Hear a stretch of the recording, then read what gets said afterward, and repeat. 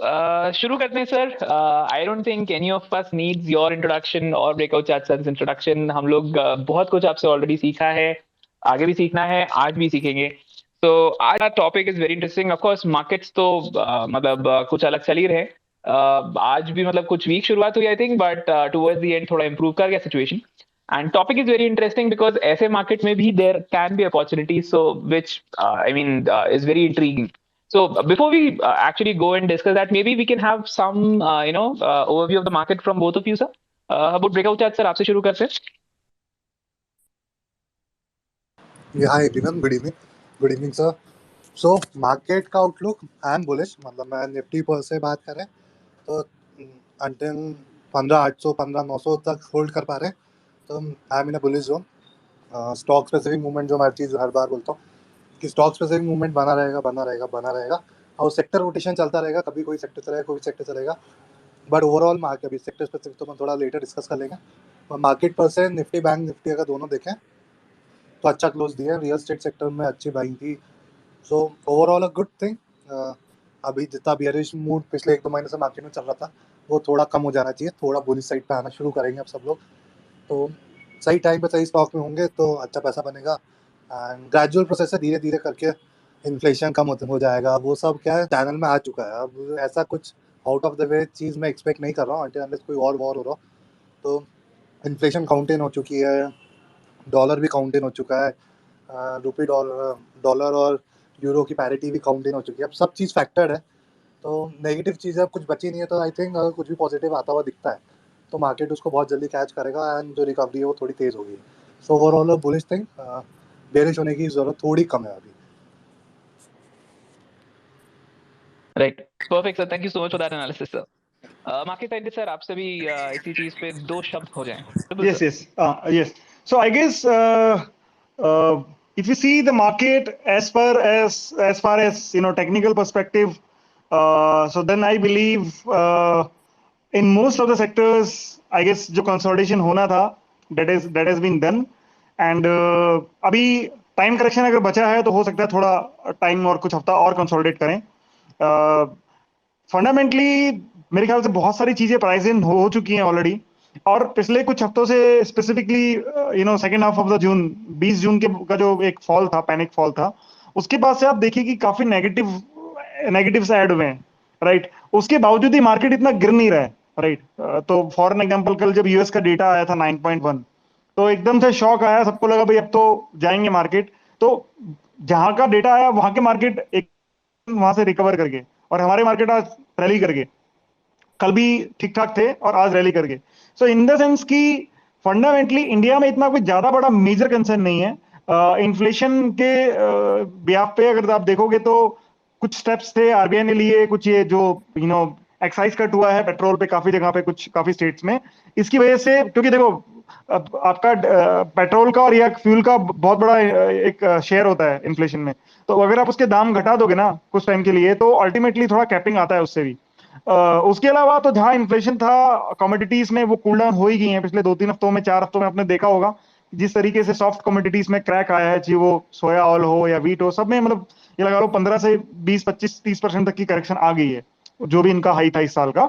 तो वो आपको आगे और देखने को मिलेगा, उससे और कूल डाउन होगी. तो मेरे ख्याल से शायद इंडिया में इन्फ्लेशन पीक हो चुकी है ऑलरेडी, और सेकेंड हाफ में आपको इतना इन्फ्लेशन देखने को नहीं मिलेगा. राइट.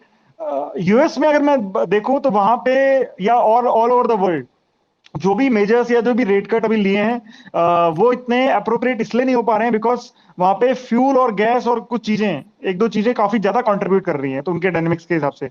और ये सारा फ्यूल इन्फ्लेशन और ये सब आया है आपका गैस वाला, आपका ये वॉर के बाद से स्टार्ट हुआ है. वॉर में मतलब कैपिंग वगैरह हुई है रशिया के साइड से. सो यूरोप और यूएस जो भुगत रहे हैं वो मेन वॉर का है. मतलब इन्फ्लेशन बढ़नी थी, लेकिन ज्यादा क्यों बढ़ी, क्योंकि वॉर वाला हुआ. और आप सब लोग को पता है, इसमें कोई छुपाने की बात नहीं है कि कैसे यूएस ने इंटरवीन किया है वहां पे और उसको एस्केलेट किया है सपोर्ट करके यूक्रेन को. तो जब तक ये वॉर बंद नहीं होती है तब तक मेरे को लगता है कि इन्फ्लेशन तेजी से नीचे नहीं जाएगी, धीरे धीरे जा सकती है, क्योंकि काफी चीजें ऑलरेडी प्राइस इन हो चुकी हैं. एक नया नॉर्मल हो गया आज की डेट में. बट अगर वॉर बंद हो जाती है और यूएस कुछ स्टेप लेगा, जैसे ये हफ्ते Biden is on A tour of this Saudi Arabia, so that has a purpose कि क्रूड ऑयल प्राइसेस को नीचे लाना है, सप्लाई बढ़ा के. बिकॉज सप्लाई कैप किया हुआ है, सब एक अलग डायनेमिक्स बने हुए। सो आई एम श्योर कि he will try to convince them कि आप प्राइस को थोड़ा नीचे लाओ, और नीचे लाने का एक ही तरीका, आप सप्लाई बढ़ाओ। सप्लाई बढ़ाओगे, अल्टीमेटली डिमांड अगर उतनी मीट नहीं कर पाई तो प्राइसेस नीचे आने हैं। ठीक है, तो ये डायनेमिक्स अगर चेंज होते हैं तो आपको इन्फ्लेशन थोड़ी और नीचे आती हुई मिलेगी। और ऑल इन ऑल मेरे को लग रहा है शायद जुलाई में पीक कर गई है जो भी डेटा आया है, और नहीं तो जुलाई का डेटा जो आएगा अभी अगस्त में, तो जुलाई में पिक कर जाएगी। मींस जून तक का डेटा आया है हमारे पास अभी, और उसके बाद आपको सॉफ्टनिंग देखने को मिलेगी। तो ये सारी चीजें मार्केट ऑलरेडी फैक्टर इन कर चुका है। अब जिन जिन सेक्टर में इन्फ्लेशन कम होने से, I am continuously saying since last 3-4 months कि पीक इन्फ्लेशन जब होता है तो ब्लोआउट रन आता है, मेटल्स में आया, कमोडिटीज में आया, स्टॉक्स में आया। लेकिन जब इन्फ्लेशन होता है उसके बाद बेनिफिशियरी सेक्टर्स भी होते हैं। तो लाइक आपका ऑटो हो गया, या आपका एफएमसीजी हो गया, या और भी सेक्टर्स हैं जिनको इसका बेनिफिट मिलेगा इनडायरेक्ट और डायरेक्ट। तो इन सब पे ध्यान देना चाहिए। ये सबके स्टॉक्स गिर नहीं रहे हैं, इनफैक्ट अच्छा खासे बढ़ रहे हैं, और कई तो 52 वीक हाई पे या ऑल टाइम हाई के आसपास है। तो if I talk about sugar, तो चलो बहुत पुराना हो गया, हम लोगों ने शायद ट्रिंकर पे नवंबर में डिस्कस किया था, अच्छा खासा चला, अभी उसके थोड़े डायनेमिक चेंज हुए हैं। ऑटो में शायद दिसंबर में हमने बात किया था कि pick auto we have started with JBM and many other companies, तो वो भी अच्छा कर रहा है, इस साल अच्छा करेगा शायद। एफएमसीजी शायद मार्च में हमारा बात हुआ था कि एफएमसीजी को पिक करना चाहिए, अप्रैल में फिर बात हुआ, बिकॉज कमोडिटीज जब क्रैक होंगी तो इनको बेनिफिट मिलेगा, और नहीं भी होती है तो ऑलरेडी हम लोगों ने प्राइस बढ़ा के अपना स्ट्रेटेजी डिप्लॉय कर लिया है। So these are the areas जो ऑलरेडी अच्छा कर रहे हैं। बाकी एक दो एरियाज और हैं जो शायद आप पिक करना शुरू करेंगे, वो हम लोग। सो ऑल इन ऑल मेरे ख्याल से if you are an investor and you are looking for medium to long term, तो ये इससे बढ़िया मौका आपको मिलेगा नहीं। एक चीज हो सकती है, जो pace of appreciation in prices, वो आप ज्यादा फास्ट एक्सपेक्ट मत करना कि जैसे 20 में 21 में बहुत तेजी से मार्केट बढ़ा था, 21 में खासकर वैसे वाला एक रन आएगा। अगर वो रन आया आने वाले 5 से 8 महीने में, तो समझ लो कि 2023 में शायद ग्रोथ का दिक्कत है ग्लोबली, इंडिया में इतना नहीं पर ग्लोबली ग्रोथ का दिक्कत है। ठीक है, बिकॉज मार्केट कई बार आप देखो ना सिंक नहीं करते हैं। 2021 में इतना ग्रोथ नहीं था जितना 22 में आ रहा है अभी। ठीक है, तो उसमें मार्केट ज्यादा चला, लेकिन अभी रिजल्ट अच्छे आ रहे हैं तब भी कंपनीज गिर रही हैं, आप देखिए। तो कई बार ये होता है, सिंक हट जाता है इसका। मेरा मानना यह है कि स्लो अगर धीरे धीरे बढ़ना शुरू हो towards the end of this year, धीरे धीरे, और फिर अगले साल धीरे धीरे बढ़े स्टॉक्स, वो ज्यादा सही रहेगा। अगर बहुत तेजी से रिकवरी आती है और हम नया ऑल टाइम हाई इसी साल लगा देते हैं निफ्टी में और कई जगह पे, फिर अगेन स्लो हो जाएंगे, धीरे हो जाएगा आपका रिटर्न। तो अब ये माइंडसेट आपको रखना है कि इन्वेस्ट करना है अच्छी कंपनीज में, अच्छे ट्रेंडिंग से। If you are an investor, trader का तो बात ही अलग है। ट्रेडर में तो क्या है कि चीजें ठीक हुई, ब्रेकआउट्स आए या कंफर्मेशन आए तो ट्रेड करना स्टार्ट कर दिया, जो भी है मार्केट में। लेकिन एज एन इन्वेस्टर मीडियम से लॉन्ग टर्म आप पैसा लगाइए, मेरा मानना ये लगाना चाहिए। मैं खुद इन्वेस्ट कर रहा हूँ, और थोड़ा ये सोचना है कि रेट ऑफ रिटर्न फास्ट नहीं होगा जितना हमने लिया है, ये सोचे चलना है। आ जाएगा वो हमारे लिए गिफ्ट है, मतलब हम ये मान के चलेंगे हमारी सिलेक्शन अच्छी थी कंपनी की, ये चीज over to Ishu. So all in all शायद ये टाइम पे भी अगर आप पैसा डिप्लॉय नहीं करोगे, आप मार्केट और थोड़ा कर पाओगे। You will continue to be in same dilemma कि अभी अभी डालूं या और वेट करूं, राइट? तो वैल्यूएशन वाइज देखिए, चार्ट वाइज देखिए, बहुत सारे स्टॉक्स अपने वीकली 200 जो वेमा होती है, वीकली मूविंग एवरेज होती है, वहां पे सपोर्ट ले रहे हैं और वहां से अच्छा खासा बाउंस कर रहे हैं कि सब कुछ अच्छा होने वाला है प्रॉब्ली इन फ्रॉम Q2। तो वो स्टॉक्स में आप जाइए। Right, perfect sir. सर इसी पे ही अब ये तो हुई मार्केट की बात, बट इसी पे ही now let's get to the core of the आज का जो मेन आइटम है मेन्यू में, which is emerging themes and opportunities in the stock market. तो मार्केट साइंटिस्ट सर आपसे शुरू करते हैं।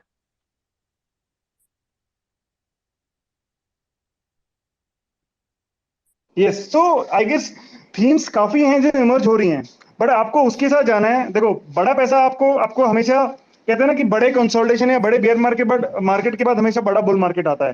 तो आप ये सोचिए कि कौन सा ऐसा सेक्टर है जो पिछले कई सालों से चला नहीं है, पार्टिसिपेट नहीं किया इस वाले में, और वहां पे फंडामेंटल्स इंप्रूव हो रहे हैं, उसमें जाइए। या फिर पिछले 2 सालों से नहीं चला हो और बिजनेस ग्रो कर रहा हो और आने वाले टाइम पे बिजनेस के प्रोस्पेक्ट्स बड़े अच्छे हैं, उस पर ध्यान देना चाहिए। आई रिपीट, वो सेक्टर पे ध्यान दीजिए जो सेक्टर पिछले कई सालों से चला ना हो। शायद ये कोविड के बाद के बुल रन में भी ढंग से पार्टिसिपेट नहीं किया, बट फंडामेंटली डायनेमिक्स अच्छे हो रहे हैं वो सेक्टर के लिए, और वे फॉरवर्ड बहुत अच्छा लग रहा है कि भाई अच्छा होएगा वहां पे, राइट? वो सेक्टर्स में आपको जाना चाहिए। सो एक मैं बताऊंगा आपको, एक will discuss later. So I guess आपको याद होगा शायद 2020 में मैंने एक पूरा थ्रेड बनाया था एग्री थीम को लेके। वो एग्री थीम पूरे 2020 में बहुत अच्छा करी और 21 आते आते फिर धीरे धीरे धीरे कंसोलिडेशन में चली गई। तो बहुत सारे स्टॉक्स के प्राइसेस ना तो गिरे ना बढ़े, उसमें से बड़े कम स्टॉक्स थे एग्री थीम में जो ग्रो करे और नया हाई बनाया। जैसे चंबल था, तो उस टाइम पे जब हमने स्टार्ट किया बात करना 110 रुपए पे 120 रुपए पे ट्रेड किया करता था। अभी 520 का हाई लगाया है उसने, या उससे ऊपर का 550 के आसपास। उसके बाद से फिर अभी कंसोलिडेशन में चला गया। मतलब हर स्टॉक्स की जैसे अपनी अपनी कंसोलिडेशन होती है, अभी 300 के आसपास ट्रेड कर रहा है। सारे स्टॉक्स ने किया, लेकिन कुछ स्टॉक्स ऐसे थे जिन्होंने अपना बुल रन कंटिन्यू रखा बेसिस फंडामेंटल डायनेमिक्स। लेकिन एज एन अगर आप ऐसे सेक्टर देखोगे, एग्री थीम में जनरली 3-4 एरियाज आ जाते हैं, या 3 ब्रॉड एरियाज हैं। पहला है स्टॉक्स या कंपनीज जो सीड्स बनाती हैं, राइट। दूसरी कंपनीज आती हैं फर्टिलाइजर बनाने वाली, जो फर्टिलाइजर्स बना रही है या मैन्योर वगैरह कोई बना रही है। और तीसरी कंपनी आपकी होती है जो एग्रोकेमिकल सिर्फ बना रही है, राइट। तो एग्रोकेमिकल जो कंपनीज थी, इन कंपनीज कंसोलिडेशन में गई हैं। स्पेसिफिकली आप अगर 2021 के फर्स्ट हाफ से देखोगे या अब तक देखोगे, तो उन्होंने कुछ खास रिटर्न नहीं किया है, but business wise they are growing good. They are doing much better than what they were doing in 2020। Business wise में बात कर रहा हूं। तो आप एग्रोकेमिकल कंपनीज पे ध्यान दीजिए। मेरा मानना यह है, शायद 1-1.5 साल के कंसोलिडेशन के बाद एग्रोकेमिकल कंपनीज चलने को तैयार हैं। टेक्निकल रैशनल भी है, फंडामेंटल रैशनल। टेक्निकल रैशनल आप ये देखिए, जैसे मैं एक स्टॉक बताता हूं, Bayer corporation, right. Bayer crop का आप पिछले 1-1.5 साल का चार्ट देखिए, ना तो वो 5,500 क्रॉस कर रहा है और ना वो 4,000 के नीचे तोड़ रहा है जल्दी से, ठीक है। सो उसका ब्रॉडली अगर आप देखोगे तो 1,000, 1,200, 1,300 पॉइंट का रेंज 1.5 साल से घूम रहा है, राइट। अब ये जो रेंज है, ये इसी रेंज में उस कंपनी ग्रो भी कर रही है, उसने काफी इनिशिएटिव्स लिए हैं, राइट। और उसका इफेक्ट आपको रिजल्ट में देखने को मिलेगा बहुत जल्दी आने वाले 1-2 क्वार्टर्स में। बट क्या आपको स्टॉक इसी रेट पे मिलेगा? नहीं, शायद आपको ऊपर के रेट पे मिले। Similarly there is one more company का कोरोमंडल इंटरनेशनल, मुरगप्पा ग्रुप का जो कंपनी है, वो कंपनी ने शायद 900, 950 रुपए का हाई लगाया था 2020 के एंड में, 21 के फर्स्ट हाफ में। और उसके बाद से अभी तक वो कंसोलिडेट कर रही थी। मतलब मैं अभी तक इन द सेंस अप्रैल तक लगा लो आप। उसके बाद अब धीरे धीरे धीरे इस पूरी करेक्शन में खास पार्टिसिपेशन नहीं किया उसने। उसने नीचे में शायद 700 या 650, 700 के आसपास का लो लगाया होगा।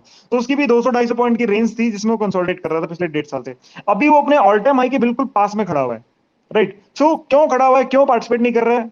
बिकॉज वहां पे डेवलपमेंट्स हुए हैं, सारी कुछ है, और आने वाले टाइम पे आपको देखने को मिलेगा, राइट। तो टेक्निकली अगर आप देखोगे तो इनमें करेक्शन ज्यादा नहीं हुआ है, और हुआ भी है तो एक टाइम करेक्शन था, राइट। प्राइस करेक्शन ज्यादा नहीं हुआ है और लंबा कंसोलिडेट कर रहे हैं। तो जब भी किसी सेक्टर में आपको ऐसा पैटर्न मिलेगा, राइट, अलग अलग टाइम फ्रेम में आपको देखना पड़ेगा, तो आपको वो सेक्टर में मीडियम टर्म में अच्छे रिटर्न देखने को मिलते हैं, राइट। इवन शॉर्ट टर्म में भी अगर मार्केट ठीक हो जाए, निफ्टी 200 डेमा के ऊपर आके टिकने लग जाए, तो शायद आपको ये सेक्टर आउट परफॉर्म करता हुआ दिखेगा बाकी सेक्टरों के साथ, एफएमसीजी, ऑटो और ये आपका जो आपने डिस्कस किया है।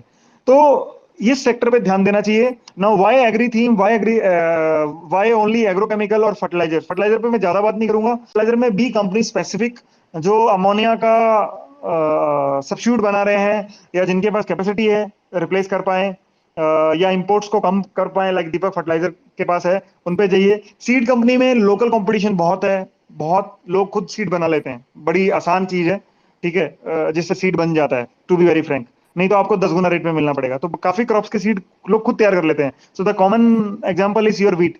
वीट का सीड लोग खुद तैयार कर लेते हैं, एक बार ही लेके आएंगे बैग, उसको 2 साल तक 3 साल तक बोते रहते हैं अलग अलग वे में। एग्रोकेमिकल इज समथिंग जो किसान खुद तैयार कभी नहीं कर सकता है, उसको बाजार से लेना पड़ेगा हमेशा। अभी why agrochemical, why agro theme, so आपने देखा होगा पिछले 6 महीने में फूड शॉर्टेज बहुत हुआ है। श्रीलंका या बहुत सारे एग्जांपल्स हैं जहां पे फूड शॉर्टेज हुआ है। एंड फूड इज समथिंग जिसमें हर कंट्री चाहेगा कि मैं लेस इंपोर्ट डिपेंडेंट रहूं, हमेशा एक्सपोर्ट ओरिएंटेड रहूं।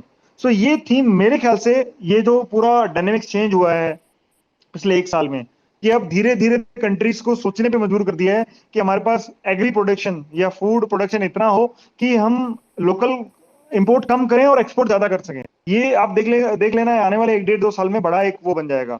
तो इसको देखते हुए अब अल्टीमेटली आपको प्रोडक्शन बढ़ाना है, देन आपको क्या करना पड़ेगा?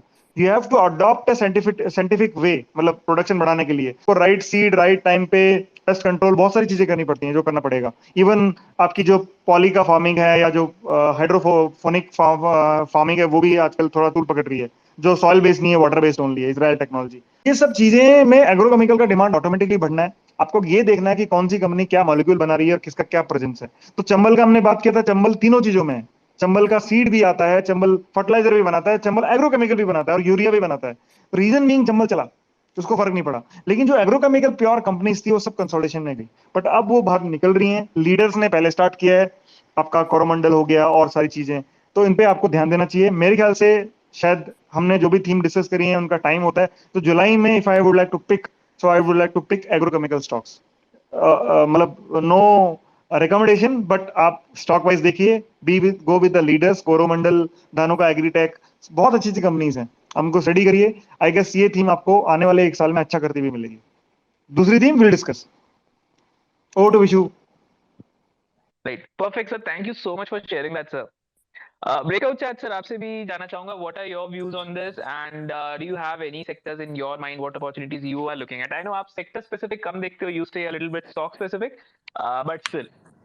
सर ने मेरा फेवरेट स्टॉक बोल दिया है, कोरोमंडल। Bang on point. वो मतलब पूरे करेक्शन में भी, पूरा करेक्शन जैसे मान लीजिए अप्रैल से स्टार्ट हुआ, आप अप्रैल से जाने दीजिए, मेजर करेक्शन मई में आया, if I am not wrong, मई में, और जून के थोड़े स्टार्टिंग में। आप मई मतलब जो भी स्क्रीन पे चार्ट अभी देख सकते हैं, मई से जून तक देखिए, वो 900 से 1000 के बीच में था। मैं 900 भी नहीं बोलूँगा, 930 से 1000 के बीच में वो स्टॉक है। जहाँ स्टॉक 50% करेक्ट हो गया, स्टॉक वहीं खड़ा हुआ है। तो डिस्क्लोजर कि मैं इन्वेस्टेड हूँ, मेरे पोर्टफोलियो में अच्छा अमाउंट से इन्वेस्टेड हूँ।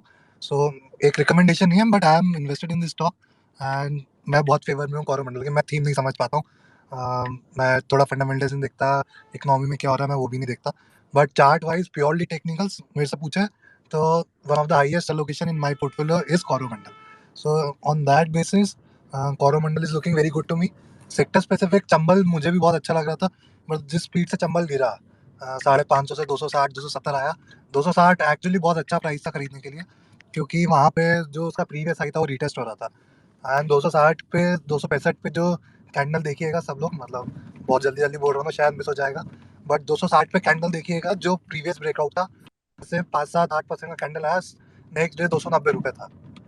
सो क्लियर साइन था कि वहाँ से कोई ना किसी ने माल उठाया, स्मार्ट मनी जो इंतजार कर रहा था 260 पे, जिन जिन से मिस हो गया था वो लोग भी, और जिन जिन को वापस खरीदना था वो लोग भी। So 260 being a good support in Chambal is well. So circuit sector मतलब परफेक्ट है, मतलब as in price action wise. So मैं सेक्टर स्पेसिफिक तो नहीं बोल पाऊंगा कि पूरे सेक्टर में क्या हो रहा है, बट दोनों स्टॉक्स का लेवल बहुत ईजी है अभी के लिए। Chambal if you are looking to hold तो 260 स्टॉप लॉस है, and Coromandel if you are looking to hold तो 880-900 स्टॉप लॉस है। दोनों में बहुत इजी इजी सा चार्ट बन रहा है, so nothing much to worry about in दोनों स्टॉक्स। अब सेक्टर स्पेसिफिक हो सकता है चल जाए, वो वेलन बहुत बढ़िया हो जाएगा, but nothing I would say about sector. एक सेक्टर जो मैं पता क्या मतलब जिन जो जो जो लोग मुझसे पॉडकास्ट में सुनते आ रहे हैं, जब पूरी दुनिया बियरिश थी तो मैं ऑटो और ऑटो एंसिलरी पे बुलिश था, and if you remember Vishu, या नहीं भी रिमेंबर हो कोई दिक्कत नहीं, बट जो रेगुलरली सुन रहे हैं वो हर बार मेरे मुंह से एक ही चीज़ सुनते आ रहे होंगे कि auto auto ancillary. Auto index as a whole 5-7% का मुंह दे चुका है। आप लीडर्स को देख लीजिए, मारुति को देख लीजिए या टीवीएस को देख लीजिए, टू व्हीलर्स में सब 10-12% का मूवमेंट दे दिए हैं। ये तो वो स्टॉक्स है जो एफ में है। सर ने जेबीएम ऑटो भी बोला था वो अच्छा मूव कर रहा है, जमना ऑटो अच्छा चल रहा है, लिनियर में बहुत सारा चला, स्टर्लिंग टूल्स चला, एनआरबी बियरिंग चला, अभी मुझे थोड़ा नाम एकदम से क्लिक नहीं हो पा रहे, बट हाँ ऑटो एंसिलरी में सब कुछ चला। सो एक सेक्टर जिसके लिए मैं बहुत बुलिश था, मैं थोड़ा अलोकेशन कम करता जा रहा हूँ सेक्टर पे बहुत सा। आई एम ऑडिबल विशु? हाँ, यस यस यस, तो यू आर। सब बुलिश होने लग गए हैं एकदम से ऑटो पे, मैं थोड़ा साइडवेज हो जाता हूँ जब सब बुलिश हो जाते हैं। तो auto is one I am looking for. Second I would look at is real estate sector. आज ओबोरॉय के नंबर्स आए, आप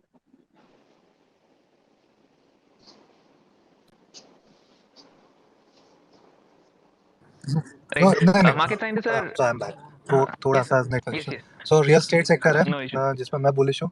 बहुत लोगों को लगा था कि इंटरेस्ट रेट हाइक हो रहा है तो रियल एस्टेट नहीं चल पाएगा, बट ऐसा बिल्कुल नहीं है। थोड़ा सा ये सेक्टर वो है जो सर ने दो सेक्टर बोले थे स्पेसिफिकली, कि जो बहुत सालों से नहीं चले और जो कुछ सालों में, जो पिछले 2 साल की उसमें नहीं चल पाए।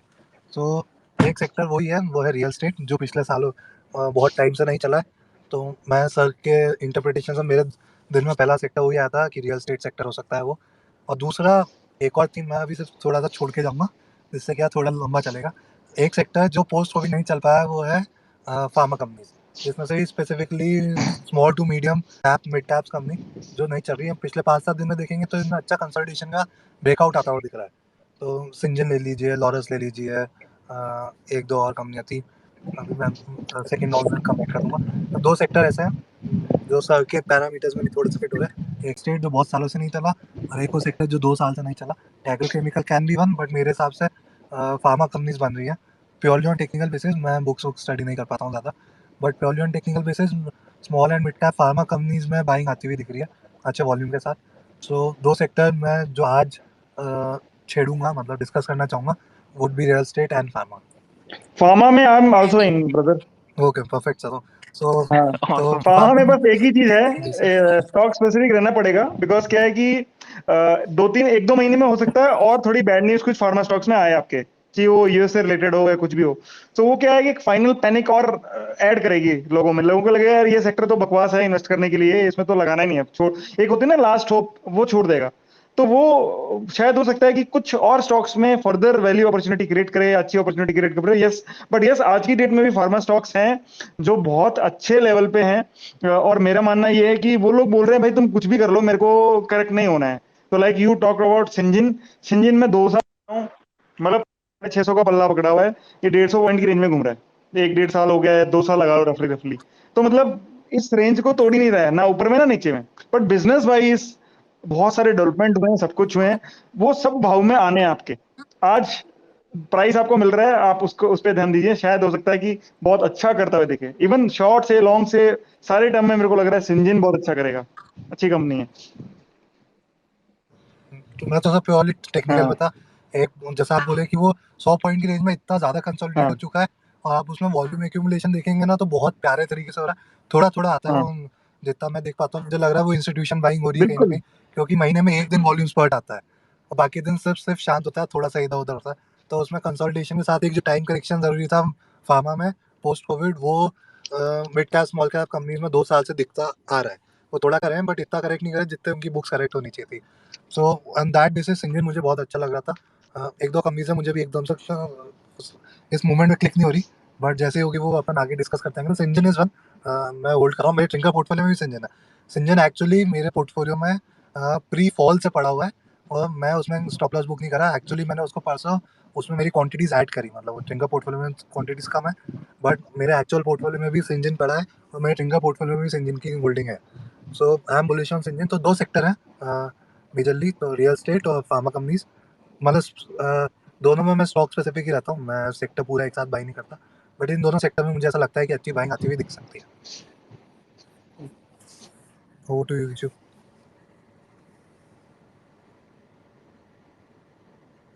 आई think Vishu has some connectivity issues. So sir अगर आप कुछ ऐड करना चाहें तो। ब्रदर आई गेस फार्मा हो गया और यू नो एग्रोकेम हो गया, and then you talk about real estate as well ना। तो रियल एस्टेट जी सर। में देखो, टेक्निकल तो मैं देखता ही हूँ, टेक्निकली तो कई स्टॉक्स अच्छे लग ही रहे हैं। फंडामेंटली कुछ ग्रुप्स की जो डील हो रही है ना, तो रियल एस्टेट जी का एक सर। इंडिकेटर होता है कि लाइक मैं एक आपको बताता हूँ, मई में एक ऐसा टाइम था जिस टाइम पे कई ऐसे रियल एस्टेट बिल्डर्स थे जो मेरे सर्कल में है या जो भी है, वो कहते हैं सीमेंट ही नहीं मिल रही है, सीमेंट का डिमांड एकदम से बहुत चला गया था।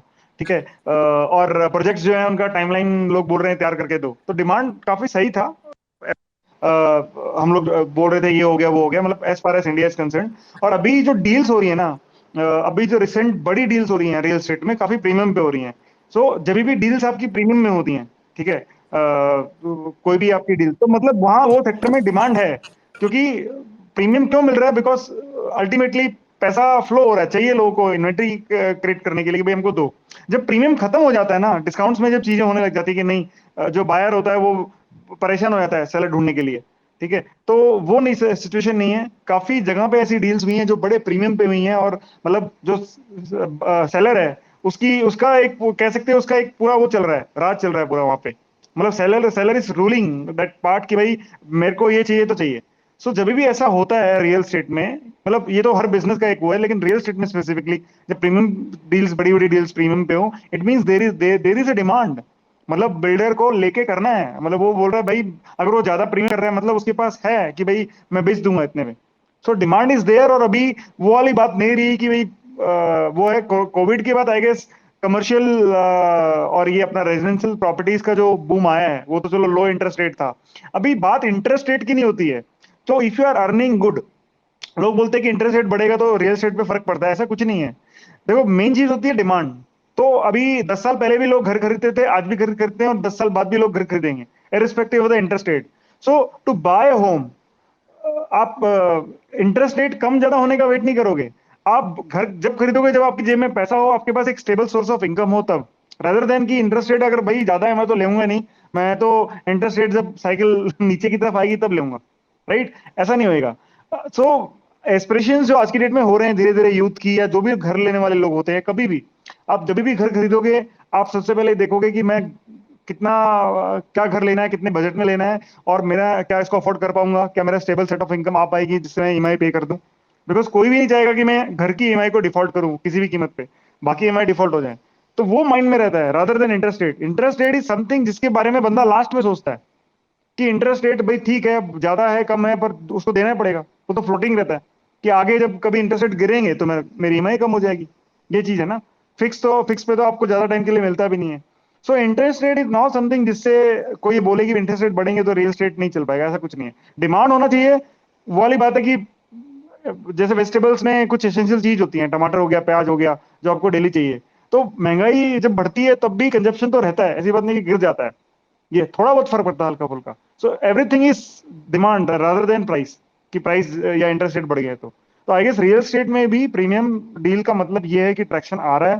प्रोमिनेंट ग्रुप में अगर आप जाओगे तो शायद अच्छा पैसा यहाँ पे भी बन सकता है। And to be very frank, there is a group called Pacific हो गया या फिनिक्स, इनकी ना पिछले 6 महीने में आप डील चेक करो, कई जगह पे इनके काफी अच्छे अच्छे डील्स हुए हैं, जहाँ पे ये लोग मॉल का और या कमर्शियल प्रोजेक्ट बहुत अच्छा लेके आ रहे हैं। और बड़ा ही ऐसा स्पेस है जहाँ पे शायद प्रॉपर्टी बचेगी नहीं जल्दी से, इनका बिक जाएगा मतलब कंस्ट्रक्शन स्टार्ट करते ही। ये चीज है। Yes Vishu. Like perfect sir, so sorry बीच में नेट कनेक्टिविटी इशू हुआ था मेरा। तो राइट सर, बिल्कुल सर, एक चीज ये भी, सो ब्रेकआउट चार्ट सर ने ऑटो सेक्टर पे भी थोड़ा सा टच अपॉन किया था, which I am also very interested to find out कि उस पे आपके क्या थॉट्स हैं सर अभी। मार्केट साइंटिस्ट सर, आपके thoughts on auto sector. Auto में तो देखो देखो ऑटो में शायद मैंने जेबीएम से स्टार्ट किया था, फिर बात हुआ तो दिसंबर में I guess we had a talk. तो आई थॉट कि जब हमारा डिस्कशन हुआ था कि वाई जेबीएम और वाई और ऑटो में क्या हो सकते हैं, कुछ और नाम भी डिस्कस हुए थे। तो आई सेट कि ऑटो हो सकता है, 2 साल से 3 साल से कंसोलिडेट कर रहा है, 18 के बाद से ऑटो ने काफी बुरे दिन भी देखे हैं। मेरे ख्याल से वो टाइम आ गया है कि शायद 2022 में ऑटो चले, या ऑटो बाकी सेक्टर को आउट परफॉर्म करे in terms of appreciation in the price. तो वो हुआ अप्रैल में जब हमारा डिस्कशन हुआ, उसके बाद डायनेमिक्स चेंज हो गए वॉर के बाद। आई सेड कि वॉर होने से यूरोप में बड़ा डिस्टर्बेंस हुआ है। सो नाउ ट्विटर पे भी देखा, बट वो चीज हम लोगों ने शायद अप्रैल में डिस्कस किया था कि अगर यूरोप में डिस्टर्बेंस आता है, जहां पे ऑटो का काफी बड़ा एक एक्सपोजर है डिजाइन में, काफी चीजों में, जर्मनी में हो गया आपका या बाकी जगह में, तो वो सारा का सारा कहीं ना कहीं शिफ्ट होएगा। बिकॉज मैन्युफैक्चरिंग वायबिलिटी कई जगह पे वहां पे बिल्कुल खत्म हो गई है। मतलब वहां पे अलग अलग इंडस्ट्रीज में बहुत सारे प्लांट शट हुए हैं अक्रॉस द यूरोप। ठीक है, अब वो जो प्लांट शट हुए हैं वो जल्दी से खुल नहीं पाएंगे, लेकिन वो जो भी चीज बना रहे थे वो कहीं ना कहीं वो उन कंट्रीज को मंगाना तो पड़ेगा ना कहीं ना कहीं से।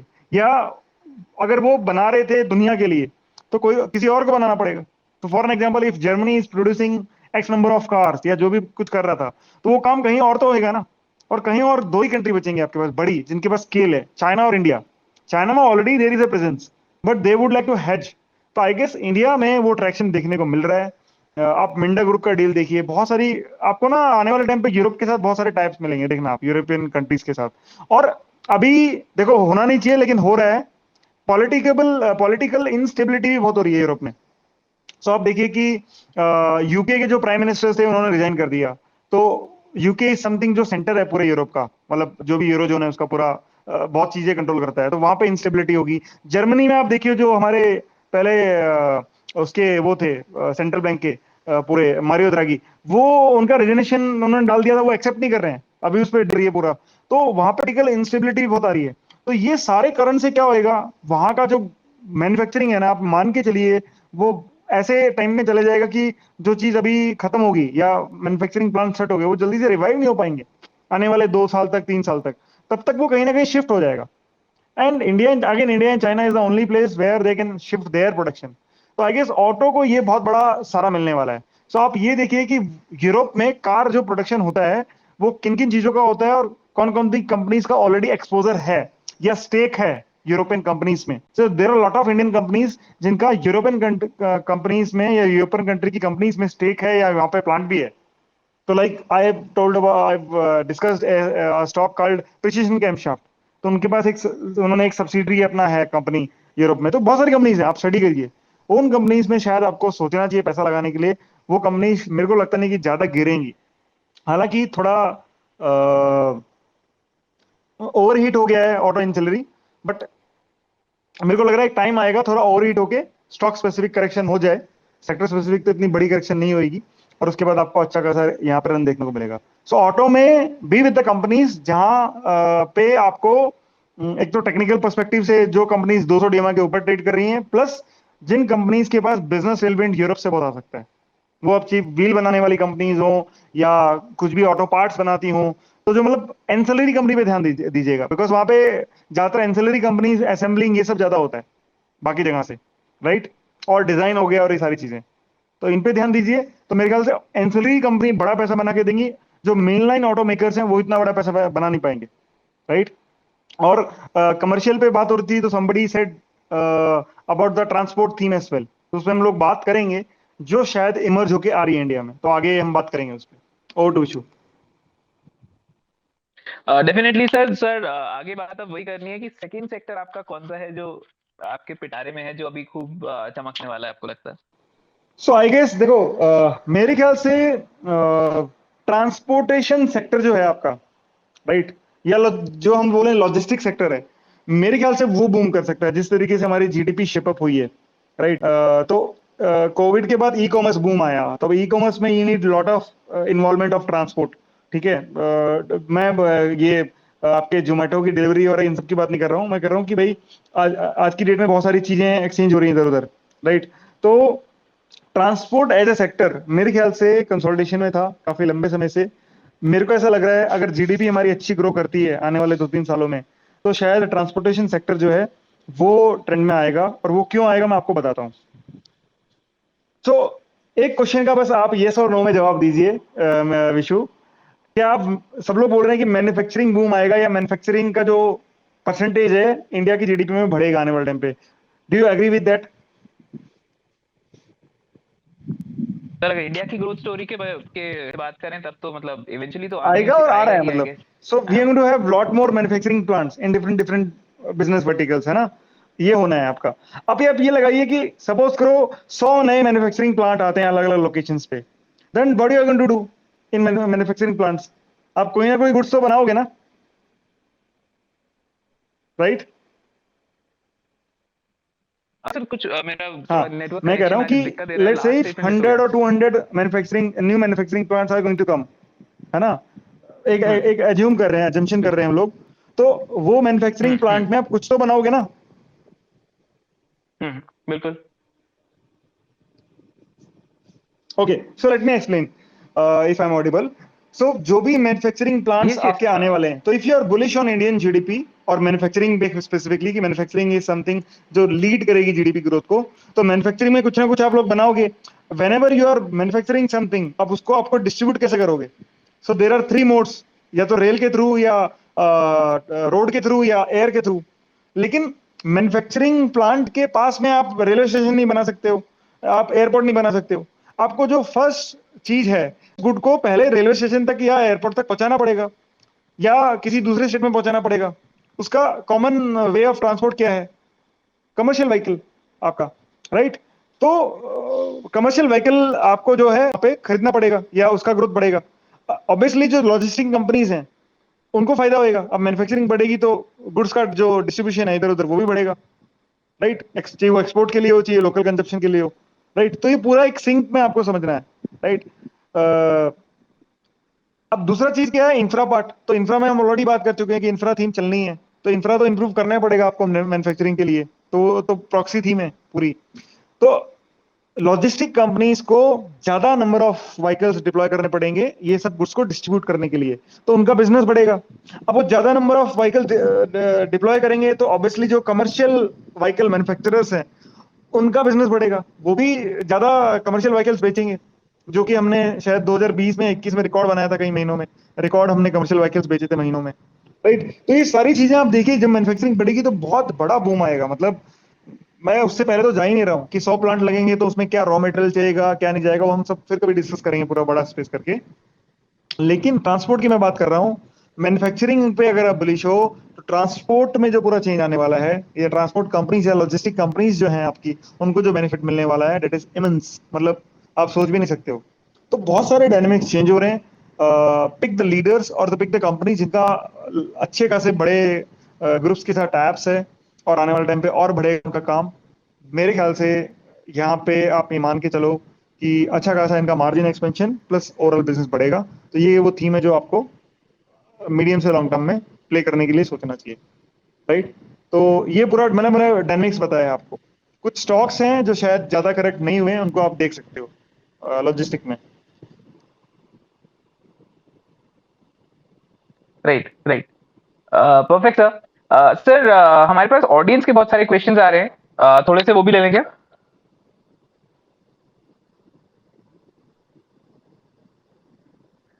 Am I audible, sir? Rico Chat, sir, market scientist, sir.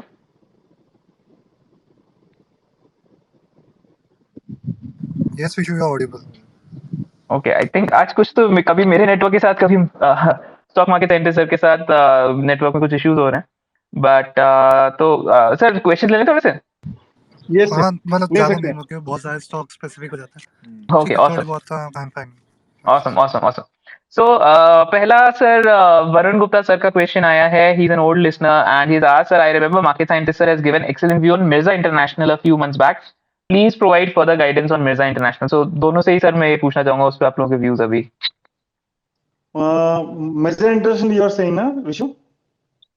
Yes sir, yes Mirza sir. में देखो दोनों चीजें हैं। टेक्निकली तो इट्स ओके, मतलब बहुत अच्छा चार्ट है उसका। फंडामेंटली आप देखिए समझिए, बिकॉज उसी से हो सकता है कि आने वाले टाइम पे एक व्यू बने। मिर्जा इंटरनेशनल में रेड टैप करके ब्रांड है, आप सब लोग को पता है। सो रेड टैप का जो एक्सपेंशन हुआ है पिछले 1 साल में, इट इज इमेंस। और अभी भी बहुत जगह बहुत टाउन्स में इनके स्टोर खुलने वाले हैं। So there will be a time, इसको आपको क्लोजली वॉच करना है हर क्वार्टर में कि कितने स्टोर खुल रहे हैं। एक टाइम आएगा जिसको हम लोग बोलते हैं सैचुरेशन पॉइंट, वो पॉइंट के बाद ये लोग ज्यादा स्टोर नहीं खोल पाएंगे। तो अभी ओवरऑल ग्रोथ तो आ रही है, बट अगर आप देखोगे ना, लेट्स से लास्ट ईयर इनके 150 शोरूम थे, राइट। और इस साल इनका 200 या 225 शोरूम हो गया, 75 शोरूम ऐड कर लिया। मैं एक एग्जांपल दे रहा हूं आपको। तो जो लास्ट ईयर इनके 150 शोरूम थे ना, उनका अगर आप इस साल से ग्रोथ कंपेयर करोगे तो वहां ज्यादा ग्रोथ नहीं है। वहां पे बिजनेस ने इतना आपको डिलीवर करके नहीं दिया। नए शोरूम खुले हैं 50 60 75 जो भी हैं, उसका जो ओवरऑल बिजनेस है या ओवरऑल प्रॉफिटेबिलिटी है उसने उसको बढ़ा दी है। तो एक टाइम आएगा जब इनके नंबर ऑफ स्टोर्स की जो थ्रेशोल्ड लिमिट है वो बिल्कुल पास आ जाएगी, उसके बाद ये लोग नए स्टोर नहीं खोल पाएंगे। That will be a period जहां पे क्वार्टर ऑन क्वार्टर ग्रोथ को वॉच किया जाएगा, राइट। और मेरे को लगता नहीं है कि क्वार्टर ऑन क्वार्टर वो लोग इजिली ग्रो कर पाएंगे जिस तरीके का इनका बिजनेस मॉडल है या जो भी इनका है सारा कुछ। Because the way they are growing, दो ही चीजें हैं। पहला, स्टोर बढ़ाओ, माल डालो या स्टॉक डालो और एक्सेस मतलब अपना टच पॉइंट बढ़ाओ तो आपका बिक जाएगा। But being a brand, people will not repeat, और जल्दी से मतलब आपको रिपीट ट्रांजेक्शन नहीं मिलेंगे। जितने भी रिटेल में ब्रांड्स होते हैं वो तब जाके बिल्ड होते हैं लंबे समय के में टाइम में। जैसे अभी एडिडास, बहुत सारे ब्रांड्स हैं बाहर के भी इंडिया के, जब आपके रिपीट ट्रांजेक्शन होते हैं, कंज्यूमर वापस जाके साल में 2 बार 3 बार आपसे शॉपिंग करे, तब माना जाता है कि हाँ भाई आप एस्टेब्लिश कर चुके हो एक माइंड में। पर वो अभी स्टेज नहीं आई है और लगता ही नहीं मेरे को कि जल्दी से आएगी, बिकॉज डिस्काउंट ब्रांड्स के साथ यही होता है। और दूसरी चीज क्या है, कैंटाबिल करके एक ब्रांड है जो कि सेम बिजनेस मॉडल पे ऑपरेट करता है। उन लोगों ने भी इसमें अभी काम करना शुरू कर दिया है। वो फुटवेयर में तो नहीं है बिकॉज ये ऑलरेडी फुटवेयर में थे, बाद में अपैरल में आए, बट अपैरल में वो लोग अभी बहुत बड़ा धीरे धीरे कंसेप्ट स्टोर लेके आ रहे हैं जिसमें फैमिली का पूरा वो लोग ऑफर कर रहे हैं। तो आने वाले टाइम पे कंपटीटर्स को भी आपको वॉच करना पड़ेगा। तो मेरा मानना है कि ये साल तो फिर भी ठीक कर लेगा बिकॉज नए स्टोर्स बहुत आ रहे हैं इस साल में। उसके बाद शायद हो सकता है कि एक टाइम आए जहां पे आपको बिजनेस वाइज देखना पड़ेगा, तो प्राइस उसको पहले ही करेक्ट करना शुरू कर देगा। तो जहां पे भी आपको लगे कि वीकली चार्ट में वीकनेस आ रही है, वहां पे एग्जिट कर देना। अभी तो कोई खास वीकनेस है नहीं, वीकली देख लो, मंथली देख लो, डेली देख लो, चार्ट ठीक ठाक है इसके, कोई ऐसी वाली बात नहीं है। बिजनेस वाइज भी ठीक है, नए स्टोर्स बहुत खुल रहे हैं। अगर मैं जैसे राजस्थान की बात करूँ तो 3 स्टोर तो शायद पिछले महीने खुले हैं अलग अलग लोकेशन पे इनके। तो जब तक ओवरऑल ग्रोथ आ रही है तो कंपनी ग्रो करती रहेगी क्वार्टर ऑन क्वार्टर और ईयर ऑन ईयर। लेकिन एक टाइम आएगा जहाँ पे आप देखिएगा कि सैचुरेशन पॉइंट आएगा इसका, ये चीज है। Out Vishu.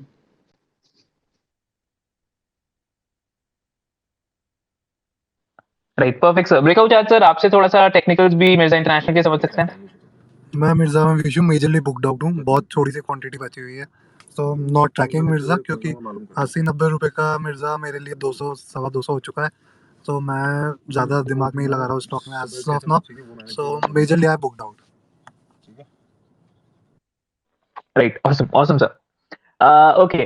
Next, sir, question I want to ask is from Dedicated to Motherland is their handle, and he has asked, what is the fate of IT giants TCS, Infy, HCL, LTI, LTTS, etc. So IT has been kind of erratic as a sector. मतलब Covid के बाद से bull run में एक अच्छा चला, but अभी थोड़ा ब्रेक ले रहा है। सो ब्रेकआउट चार्ट सर, आपका उस पर view and market scientist sir दोनों का व्यू चाहूंगा उस पर। ब्रेकआउट चार्ट से मैं भी आपसे शुरू करता हूँ।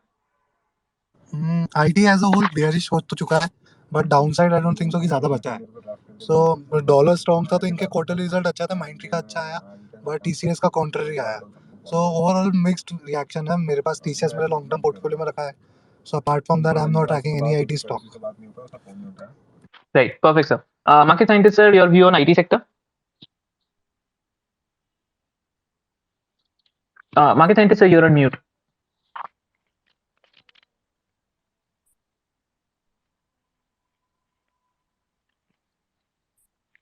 Okay, I think market scientist sir का फिर से थोड़ा सा connectivity issues आ रहे हैं. So, okay. इसके बाद सर थोड़े से कुछ क्वेश्चंस हम लोग तब तक लेते हैं सर. दो question sir breakout chart sir हम लोगों के पास एक जैसे आए हैं. साइमो हैंडल है and he has asked how should a beginner start with his trading career? Which book should one start with? Should one take up paper trading or start learning by trading in live market? And a similar question is also asked by Shubham sir. He has asked how to learn charts for beginners. Which indicators are important for Nifty and Bank Nifty? Recommend books, YouTube channel, please. तो breakout chart sir इस पे आपके कुछ thoughts? With regards to book, तो जीरोधा की veracity करके book आती है, so that is more than sufficient पढ़ने के लिए। सो उससे ज़्यादा कुछ पढ़ने की ज़रूरत नहीं है, बेसिक आप उससे सीख जाएंगे। बाकी पेपर ट्रेडिंग कभी मत कीजिए, कि पेपर ट्रेडिंग में आपके इमोशंस कभी टेस्ट नहीं होंगे। सो भले एक एक शेयर से ट्रेड कर लीजिए, बट शेयर मतलब ट्रेड लाइव ही कीजिए। एंड एक और क्वेश्चन आपका था? So one was books to follow and start कैसे करें पेपर ट्रेडिंग का, ये हो गया हमारा. YouTube channel to follow, so of course breakout chart sir का चैनल है, यूट्यूब चैनल है, you can start following that. And market scientist sir का भी चैनल है, you can start following that as well for psychology. Charts के लिए of course breakout chart sir का YouTube channel you can search for. One more question was which indicators are important for Nifty and bank Nifty? नहीं, no indicator is important. Price action अगर follow करते रहोगे तो मैं Vishu knows कि मैं बैंक निफ्टी स्टार्ट करा था ट्रेड करना 3-4 महीने हो गए, मैं सब इंडिकेटर लगा के देखा, nothing works. So price action follow करती रही है। बैंक निफ्टी स्टॉक्स सब जगह प्राइस एक्शन इज किंग। आपको थोड़ा समझना पड़ेगा कि over a period of time practice करना पड़ेगा, बट मेजरली ऐसे कोई बहुत बड़ी दिक्कत नहीं आएगी, प्राइस एक्शन ही फॉलो करते रहिए। और डाउ थ्योरी कि कहाँ हायर हाई और कहाँ हायर लो बन रहा है, और oppose and vice versa.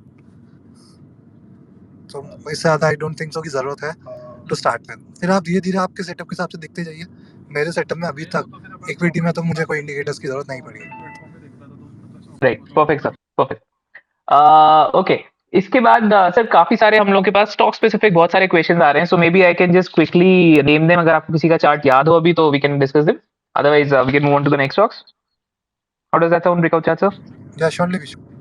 Okay, so पहला है वसीम शाह सर का, he has asked NCC and Balrampur Chini. Not tracking both of them. Okay, then Amit Thakkar handle है उनका and he has asked cap goods and Adani port. Adani port support zone पे था, वहाँ से bounce कर रहा है, तो जो भी उसका रिसेंट लो आ रहा था, मुझे लेवल्स याद नहीं है, बट जहाँ से मतलब एक बहुत अच्छा बेस था बना रखा है स्टॉक में, सो वहाँ से you can keep holding Adani ports. तो not bearish as of now, अगर वो लेवल टूटेगा तो ज़्यादा कुछ हो सकता है, बट अभी के लिए सेफ है। एंड सेकंड स्टॉक कौन सा था? One was Adani Port, the other was Cap Goods. Cap goods तो stock I don't think so कि स्टॉक है, वो तो सेक्टर स्पेसिफिक बात करना चाह रहे Okay, so I guess I wasn't sure, so I went with that. हाँ, Okay. तो कैप गुड्स में अभी एज सच विशु मुझे पूछोगे ना तो मेरे को याद नहीं आएगा, सो आई डोंट थिंक कोई स्टॉक स्पेसिफिक उनकी क्वेरी है तो काउंटर क्वेश्चन कर लीजिए, सो Okay. मैं ज़्यादा अच्छे से बता पाऊंगा. Okay, sure, sir. Then unrealistic का क्वेश्चन है आदित्य बिरला AMC पे. सर एएमसी बिजनेस का फ्यूचर तो है बट अभी कोई परफॉर्म नहीं कर रहा, सो कोई सी भी एमसी ले लो, एचडीएफसी ले लो, आदित्य बिरला ले लो, यूटीआई ले लो, इन सब का फ्यूचर तो है क्योंकि मेजर पैसा आना है एएमसीज में, बट आज की तारीख में बात करें तो none of them AMCs are performing well technically. So technically जिस दिन अच्छे होंगे उस दिन you can think to long term perspective से सोच सकते हैं, बट आज की तारीख में I won't suggest to invest in any MC. Right, perfect, sir. Okay, then there are two stocks, KSCL and BSE. KSCL और KKCL. KSCL. I am not tracking KSCL. KKCL is looking good, तो अगर कोई Okay. नहीं देखना चाह रहा तो वो देख सकता है. एंड बीएससी का चार्ट एक लेता हूँ. Sure.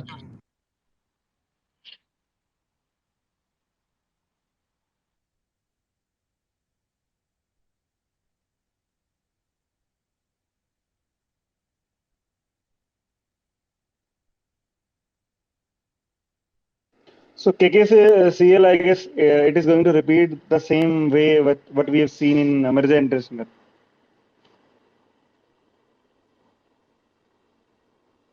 Oh, that sounds amazing, sir. For KKCL or KSCL? KKCL. Kevin Crane Clothing हाँ, Limited. yes, I guess he is asking about. so उसका ब्रेकआउट ही बहुत अच्छा है, so वो टेक्निकली भी बहुत अच्छा लग रहा है अभी. आई एम होल्डिंग दैट बिल्कुल. स्टॉक. KKCL को perfect. लीजिए, उसकी जीन्स को लीजिए और उसकी जीन्स 6 महीना पहनिए और 6 महीने में आपको रिटर्न भी स्टॉक भी लीजिए तो आपको उसका अच्छा खासा रिटर्न भी मिल जाएगा. And Maybe you will textile में get तो to buy अगर more KKCL या killer jeans in after 6 months.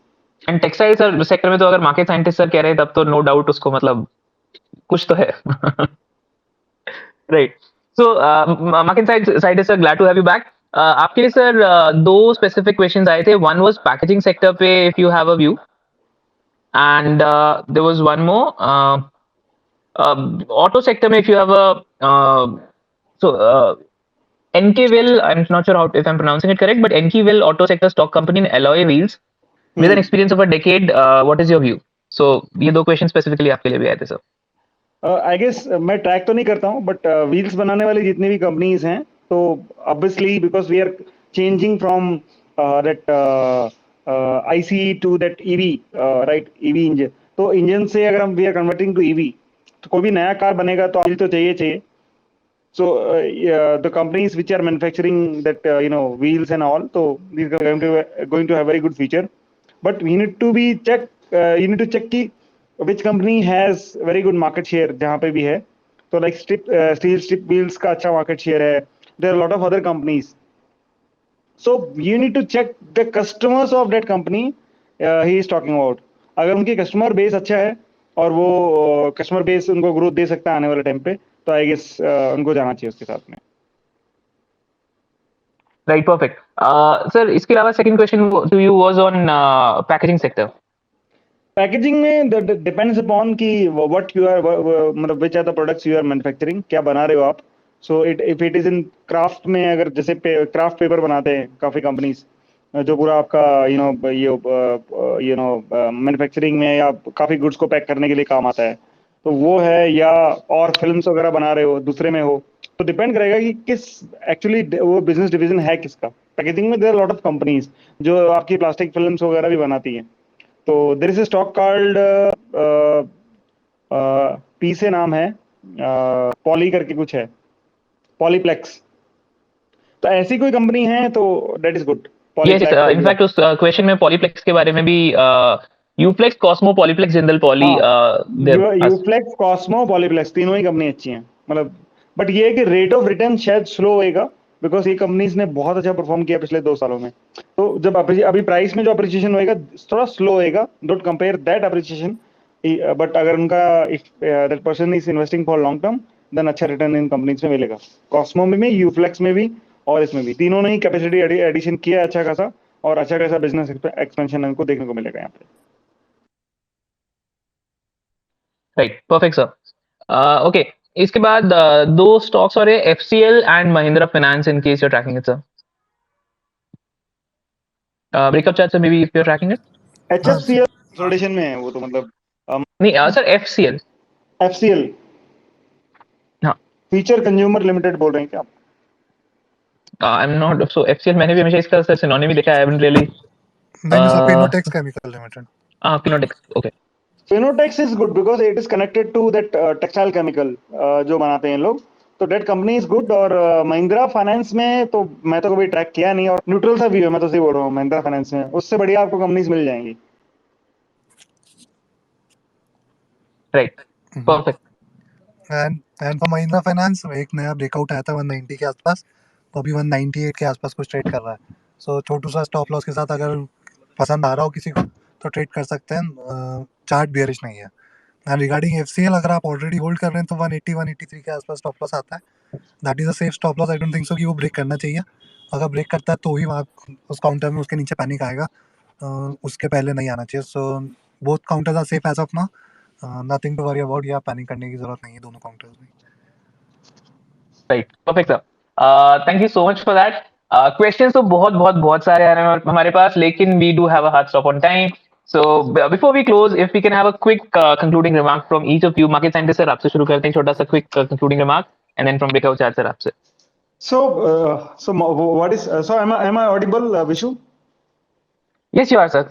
So I guess what is my suggestion is that key specifically to the people who came after this COVID or March 2020, key should not be worried about what is happening, because I'm sure there would be lot of newbies or lot of investors who have not seen this kind of situation in the market because they came after that crash only, and after that we haven't seen a single price or time-wise consolidation in the market. And this is something from last 7-8 months we are there in that time or price wise consolidation in all the sectors. There were some sectors which have started off very late, like metals हो गया आपका, या और कुछ agro आपकी soft commodities की sector होगी, sugar हो गया, ये सबने का थोड़ा लेट स्टार्ट किया है टाइम प्राइस करेक्शन अभी पर किया है। So I guess what happens in these periods ki each and every sector goes through time and price correction, and you generally hear whenever there is a broader time and price correction, you generally hear a lot of bad news and all. So I believe the kind of price correction and time correction we have witnessed during last 7-8 months, it is enough to put in the money, and it is overdone to be very precise, because जून का जो correction था, it was not expected. जो 16 जून 17 जून और 20 जून को हुआ, वो एक access हुआ, ये बोल सकते हो। तो वो एक्सेस से शायद बोल सकते हो कि जो फ्रोथ था ना, वो पूरा निकल ही गया। फिर मतलब लोगों को ये लग गया कि भाई this is not the market we need to put in. और अभी तो आप देखिए कि जो हमारा सिप ग्रोथ है, number of new SIP addition वगैरह, ये भी नीचे आ रहा है, जो भी लेटेस्ट डेटा है म्यूचुअल फंड्स का सारा। तो ये सिग्नल कर रहा है कि अभी now people are pulling the money, और people not pulling the money, people have already pulled out that money और लॉस बुक कर लिया, सारा कुछ कर दिया है। But now people have that view कि भाई अब मार्केट में ज्यादा पैसा नहीं लगाना है। And whenever we hear this kind of situation, it means we are done with that correction, time wise or price wise. So what we need to see sectorial churn which is happening in the market. You are not going to witness the same sectors which have led that 2020 और 21 का rise. So people are like saying कि IT में मैं आपको सिर्फ बताऊं, mid and small cap में आपको शायद हो सकता है कि 6 महीने बाद बढ़ भी जाए तो नील ही मिले। मतलब जिन लोगों ने जनवरी फरवरी में लिया था, उनको तो रिटर्न मेरे को लगता नहीं कि जल्दी से मिल पाएगा, राइट। तो IT is in a very big consolidation period. Probably ये साल पूरा हो सकता है कंसोलिडेशन में निकाल दे, right. So be sector specific और invest in the companies where you see a value, as well as companies जो चली नहीं है, ये सेक्टर जो चले नहीं है पिछले कई सालों से। मेरे को ऐसा लगता है उन सेक्टर्स में पैसा जा चुका है, और पैनिक भी क्रिएट होना था, वो हो चुका है, right. There is one more sector where I was bullish, I'm continue to bullish on that sector, चला नहीं है, और मेरे को लगता है ये साल बहुत अच्छा रहेगा। That is your media industry, जिसमें आपका टीवी फिल्म सब बनाने सारे स्टॉक्स आ जाएंगे। तो वो सेक्टर, ऐसे सब सेक्टर्स पे ध्यान दीजिए।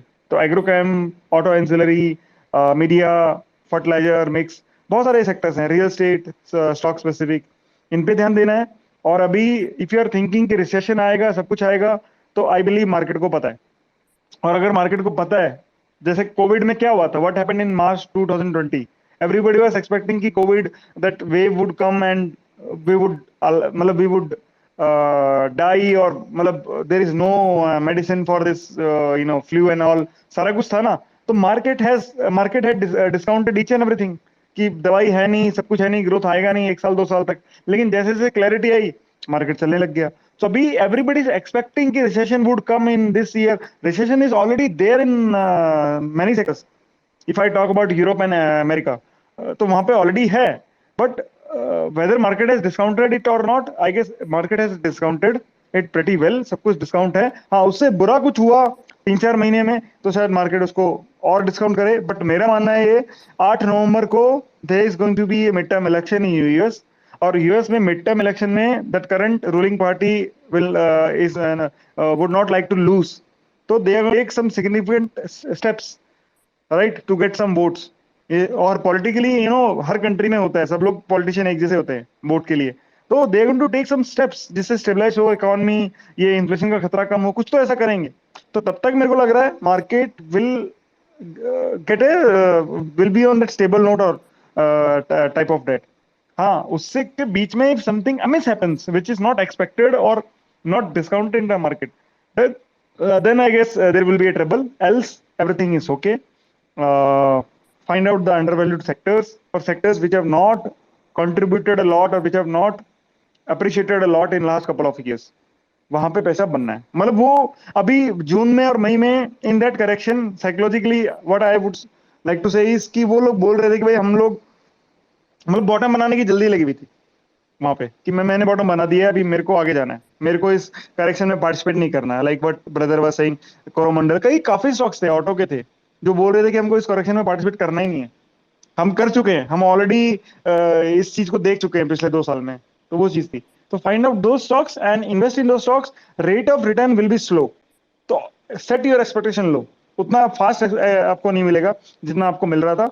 हाँ, उससे अच्छा मिल जाता है देन गुड, ये चीज बोल सकते हो। So this is my ending note. Over to Vishu. Perfect, sir. Thank you so much for sharing that, sir. Breakout chat, sir. एक quick concluding remark आपसे भी please हो जाए। मेजरली तो सर ने सब कवर कर लिया। सर ने आखिरी में एक लाइन बोली थी ना कि जैसे कोरोमंडल में गिरना नहीं चाहता, ऐसा एक और स्टॉक है। मतलब मेरे लिए तो दो है कि एक तो है फिनिक्स मिल्स और एक है ब्लू डार्ट। इन दोनों को भी बहुत अच्छे से ट्रैक करते रही। ये दोनों स्टॉक में भी क्या है, गिरने से मना कर दिया है कि आप लोगों को जो करना करो। और एक्चुअली गिरने से मना करा वो तो ठीक है, ये लोग 52 week high all time high पे चल रहे हैं। सो ये दो स्टॉक है।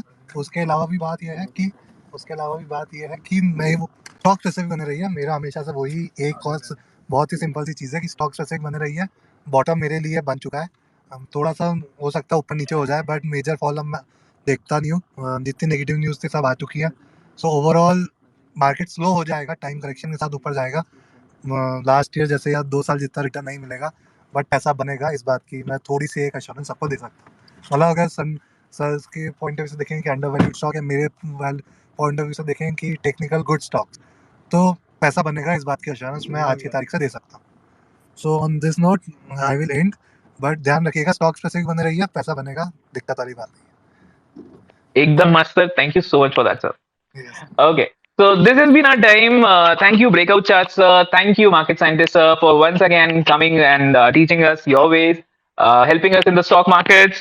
These are uncertain times, but talking to you always feels so great. Uh, Thank you so much, everybody who has been listening to us. We have over 250 people listening to us for over 70 minutes. That's always amazing.